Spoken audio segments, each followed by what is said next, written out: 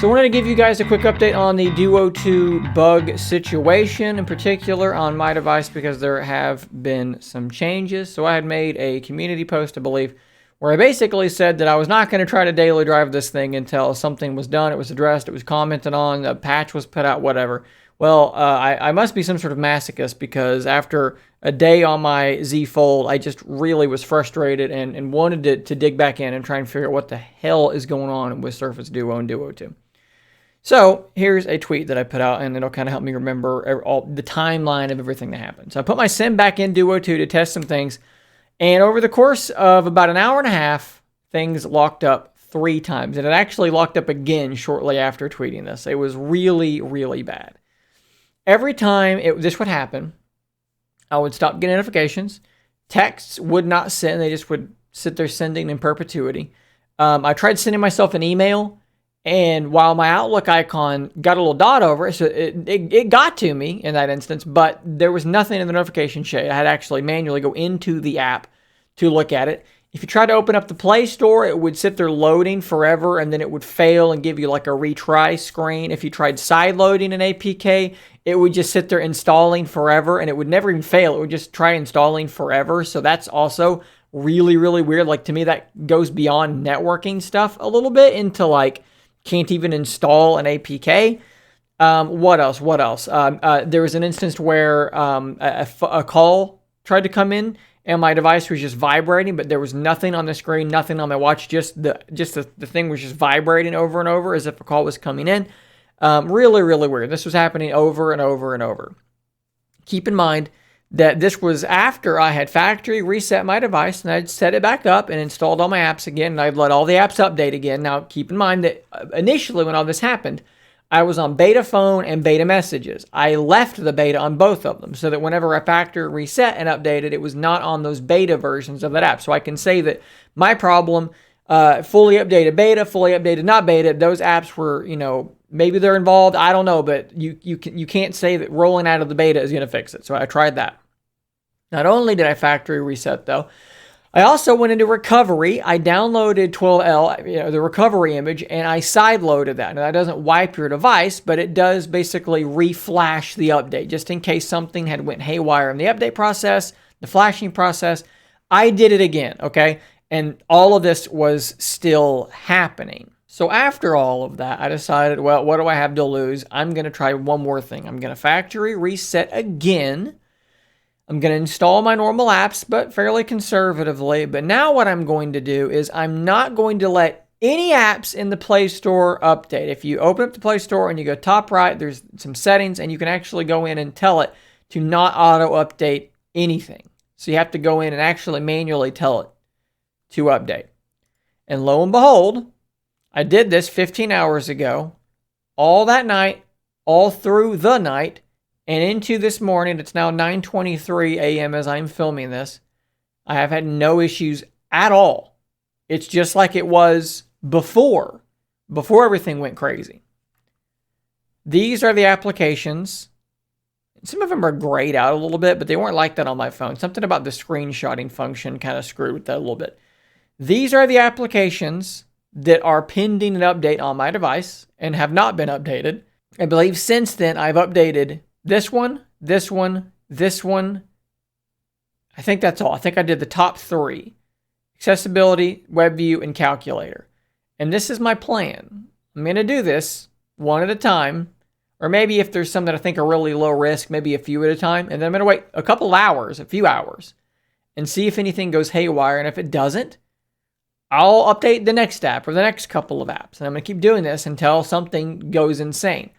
If something goes insane, then I can say, aha, I updated this app and things went to hell in a handbasket. If nothing ever happens and I'm able to update all of these, then I'm going to look at you and I'm going to say, I have no idea what I did to fix it, because I factory reset it. And no, for the people out there that are like, oh, you probably used a cloud update, you probably restored. No, I did not. I did not restore anything. It was a clean factory update. I know what I should and shouldn't do in these instances. I factory reset it, no cloud restore. I sideloaded the update. Then I factory reset it a second time. The only thing I could guess at that point would be that something about sideloading and recovery and then factory resetting it in some way fixed my problem, which would indicate something was wrong at a system level, but I really can't say for sure at that point anything about what might have fixed it with any certainty. So we'll find out one way or the other if it's an app, I guess, but I'm doing the best I can to kind of sort through this. Now, I also want to address something else that I'm seeing kind of pop up as well. I'm seeing people say, well, if it's an app update that caused it, then this is not a Microsoft problem. Or other devices had issues with Android 12, so this is not a Microsoft problem. I get where you're coming from, but I want to kind of push back on both of them. So we'll do the last one first because it's just the simplest. Android 12 was buggy on a lot of phones. The Pixel was buggy. OnePlus was buggy. We've seen issues. I've had people on Twitter tell me that LG's devices have been buggy on it, that, whatever. I get it. And you could say, well, that's just Android. That's Google. It's buggy. But here's the thing. This is a Microsoft phone.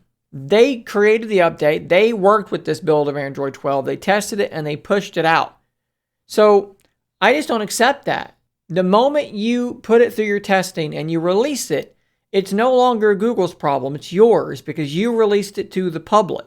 If I were filming this video and halfway through it, my mic malfunctioned and started making some horrible screeching sound, and then I went ahead and edited that video and heard the screeching sound and then posted it anyways, I wouldn't be able to say, well, my mic was malfunctioning, so it's not my fault. I mean, no, it would still be my fault that I put out a bad video, I put out a bad product. And I can tell you I've used plenty of devices running Android 12 that have not had these issues. So it's fixable.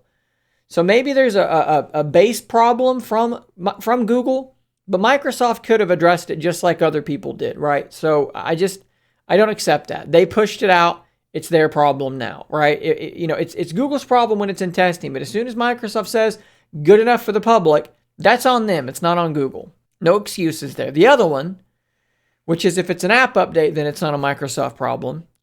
Maybe this analogy that I thought of last night will help. You're in a room with 10 people, right? And so you're sitting there and somebody comes out with a bowl of peanuts and they say, everybody eat a peanut. And everybody eats a peanut. And then one person goes, oh God, my throat's closing down. I'm in anaphylactic shock, and they get very ill or they die or something. You wouldn't say, oh my Lord, there's something wrong with peanuts. We have to fix peanuts. No, you would say that person has a peanut allergy. There's nothing wrong with peanuts. It's just they're allergic. It's them.